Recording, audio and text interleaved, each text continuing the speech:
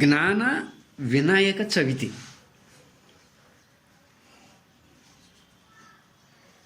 అంటే మనకెవరికి తెలియనటువంటి ఒక రహస్యం ఏంటి అంటే వినాయకుడి గురించిన వినాయకుడి పూజ చేసేటప్పుడు మనకి వేదాల్లో ఒక శ్లోకం చెప్పబడింది, ఒక మంత్రం చెప్పబడింది. ఏంటయ్యా అంటే ఓంకార రూపం, ఓంకార రూపం త్రహమితి చ పరం యత్ స్వరూపం తురీయం త్రైగుణ్యాతీత నీలం కలయతి మనస్తేజ సింధూరమూర్తిం యోగీంద్ర బ్రహ్మరంధ్రే సకల గుణమయం శ్రీ హరేంద్రేణ సంగం గం గం గం గం గణేశం గజముఖం అభితో వ్యాపకం చిన్మయంతి. ఇది మనం వినాయకుడి పూజని ఈ విధంగా చేయాలని వేదాల్లో చెప్పబడింది. అందుకని అట్లు అంటే మనకి అట్లుగా ఉన్న అట్లుగా ఉన్న గుదస్థానమున శ వర్ణగంబై చతుర్దళయుక్తంబై తప్తకాంచన పుష్ప సన్నిభంబై మహీనిలయంబై గ్రాణకారణంబై మూలాధార చక్రంబు విలసిల్లు అందు వినాయకునికి 6 నోర్ల హంసలు అని వేదాల్లో చెప్పబడింది. అంటే వినాయకుడు ఎక్కడ ఉన్నాడయ్యా అంటే మూలాధార చక్రంలో ఉన్నాడు. అట్లుగా ఉన్న గుదస్థానమైనటువంటి శ అనేటువంటి 4 వర్ణములు కలిగి 4 దళములు కలిగి పుటము వేసిన బంగారు పుష్పముతో సమాన కాంతి కలది అయి మహీ నిలయమై భూమికి నిలయమై గ్రాణ కారణంపై మూలాధార చక్రము అనేటువంటి ఒక చక్రం ఉన్నది. అందులో వినాయకుడు ఉన్నాడు. ఆ వినాయకుడికి 600 హంసల జపము అర్పించబడును అని వేదాల్లో ఉన్నది. అంటే గ్రాణేంద్రియమే ఈ మూలాధారానికి ఈ వినాయకుడికి కారణమై ఉన్నది అని దీని అర్థం. మనం ముందు దేవరహస్యాల్లో ఈ చక్ర విచారం గురించి ఎంతో బాగా వివరించుకుందాం. అంటే మనకి అర్థమవుతుంది ఏంటి, ఈ గ్రాణస్థలమే శ్వాస ఉన్నటువంటి ఏ గ్రాణస్థలం అయితే ఉన్నదో ఆ గ్రాణస్థలమే మూలాధార చక్రము. అదే మూలాధార చక్రము అయినందున ఈ మూలాధార చక్రానికి అధిపతిగా ఉన్న వినాయకుణ్ణి గ్రాణస్థలమందే యోగులు పూజించే విధానం ఉన్నది. గ్రాణస్థలమందే జ్ఞానులు పూజించే విధానం ఉన్నది. అంటే మూలం అంటే స్థూల శరీరానికి శ్వాస మూలము, ఆధారము అంటే మనస్సుగా ఉన్న సూక్ష్మదేహానికి ఆధారం తెలివి. 2 కలిసి ఉన్నటువంటి గ్రాణేంద్రియ స్థలమందే అంటే శ్వాస ఉన్న స్థలమందే వినాయకుణ్ణి గ్రహించాలి. ఫైనల్గా ఒక్క మాట ఏంటయ్యా అంటే శ్వాసయే వినాయకుడు, శ్వాసే మూలాధారము, మూలాధారమే వినాయకుడు, శ్వాసయే వినాయకుడు. ఈయన ఎలా ఉన్నాడయ్యా అంటే మళ్ళీ ఇక్కడ ఓంకార రూపం, ఓంకార రూపంతో ఉన్నాడంట ఈ వినాయకుడు. దీన్ని బాహ్యంగా ఎవరు కూడా దీన్ని నిరూపించలేరు. అంటే ఓంకార రూపంగా ఎలా ఉన్నాడయ్యా అంటే మనకు స్థూల శరీరము, సూక్ష్మ శరీరము, కారణ శరీరము, మహాకారణము, కైవల్యము అని ఒక 5 భాగాలు ఉన్నాయి. దాంట్లో స్థూల శరీరము, సూక్ష్మ శరీరము, కారణ శరీరము తీసేస్తే మహాకారణమైనటువంటి శ్వాసయే మహాకారణం, దాన్నే గ్రహణస్థానము అంటారు. అంటే మహాకారణ తురీయమునందు అంటే ధ్యాన సమాధిలో ఉన్నప్పుడు మహాత్ములు కనుగొనేటువంటి శుద్ధ సాత్విక బ్రహ్మాకార వృత్తి కలిగినటువంటి విధానమే ఓంకార స్వరూపంగా అర్ధమాత్రగా జ్ఞానులు యోగులు భావిస్తూ ఉంటారు. అంటే అకారము స్థూల శరీర సంబంధము, ఉకారము సూక్ష్మ శరీర సంబంధము, మకారము కారణ శరీర సంబంధము, అర్ధమాతృక మహాకారణంగా చెబుతారు కూటస్థ స్వరూపంగా.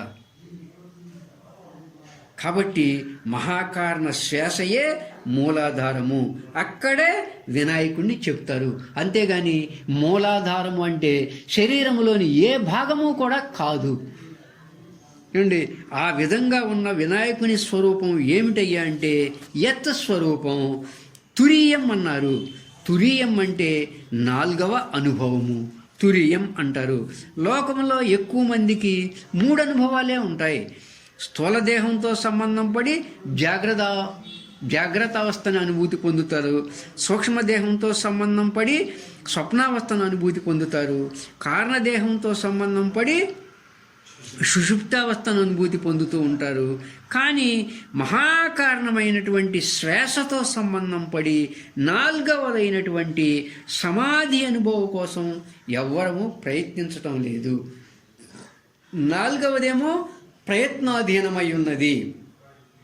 ప్రయత్నం చేసిన వారికే అనుభవం అవుతుంది తప్ప దానికై అది అనుభవానికి వచ్చే అవకాశం లేదు.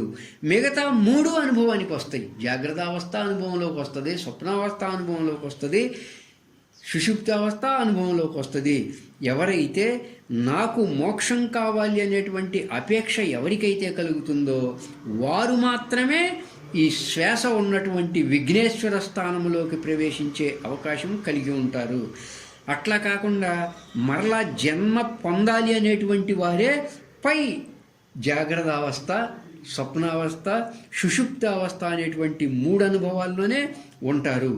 స్థూలదేహం పోయినా సూక్ష్మదేహం ఉంటుంది, సూక్ష్మదేహం పోయినా కారణదేహం ఉంటుంది, కారణదేహం పోయినా మహాకారణం ఉంటుంది.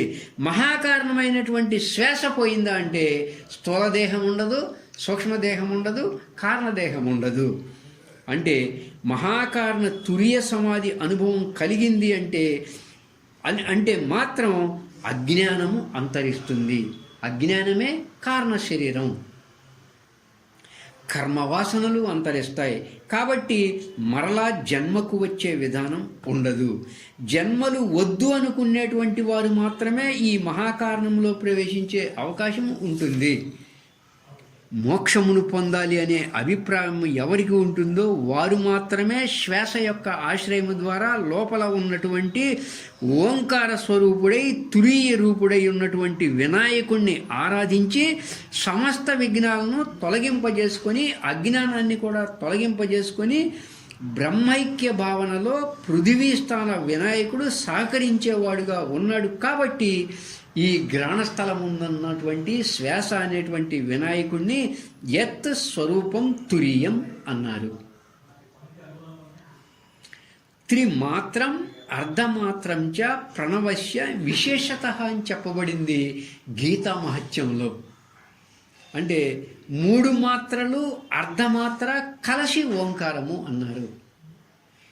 అకారము లేకపోయినా ఉకారం ఉంటుంది, ఉకారము లేకపోయినా మకారం ఉంటుంది, మకారము లేకపోయినా అర్ధమాత్ర ఉంటుంది.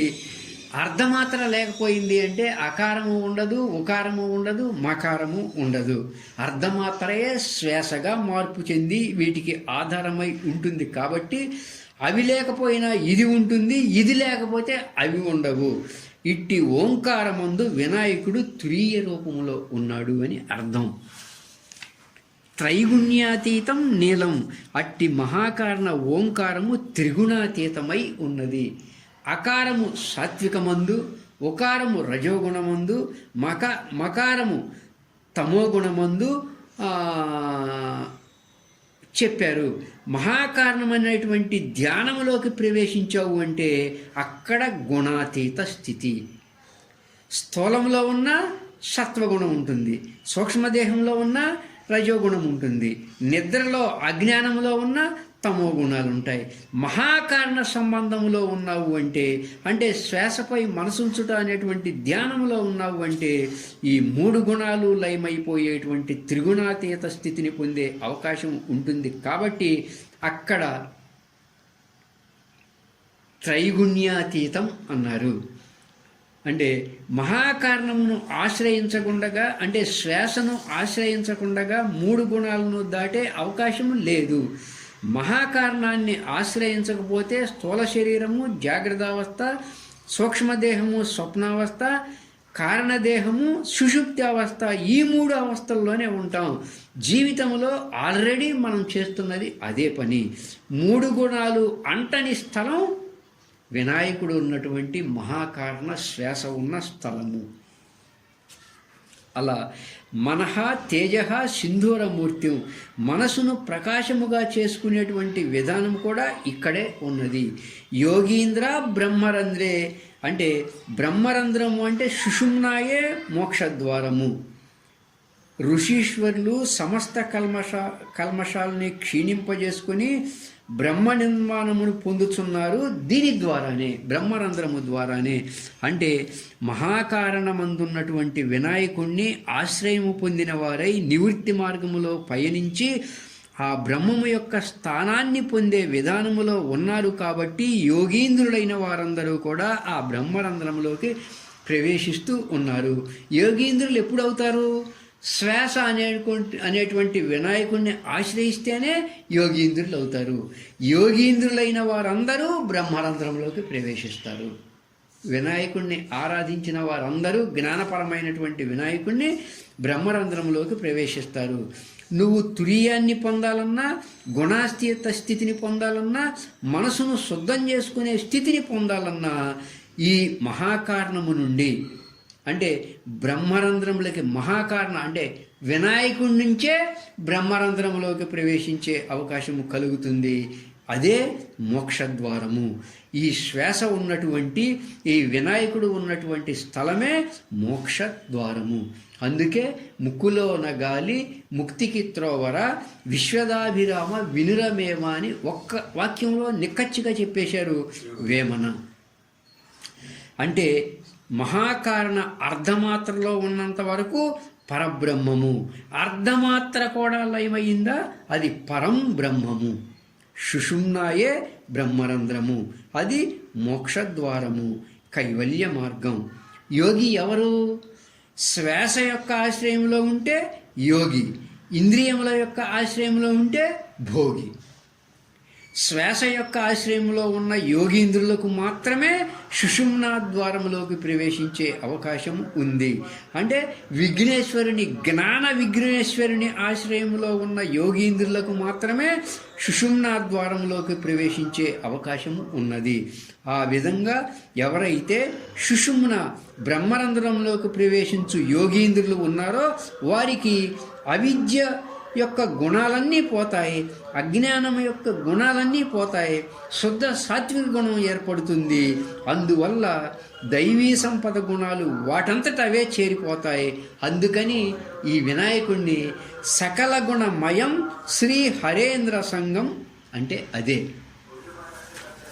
ఇక గం గం గం గణేశం గజముఖం అంటే లేచింది మొదలు నానా రూపనామములతో కూడిన జగత్తులో బహిర్ముఖం వైపు మునకలు వేస్తూ శబ్ద స్పర్శ రూప రస గంధ విషయాల్లో సంబంధపడి ఉన్నంతకాలము మనం జగముఖులము. నిరంతరము ఎవరైతే శ్వాస ఆశ్రయంలో వినాయకుని యొక్క ఆశ్రయంలో అర్ధమాత్ర ఆశ్రయంలో ఉంటారో వాళ్ళు గజముఖులు. ఈ విధంగా ఉన్నటువంటి వినాయకుని యొక్క మూలస్వరూపము పృథివీ స్థాన మహాకారణ శ్వాస ఎందే గమనించండి. ఉపాసనలో ఎన్నో కథలు ఉంటాయి ఏమండి.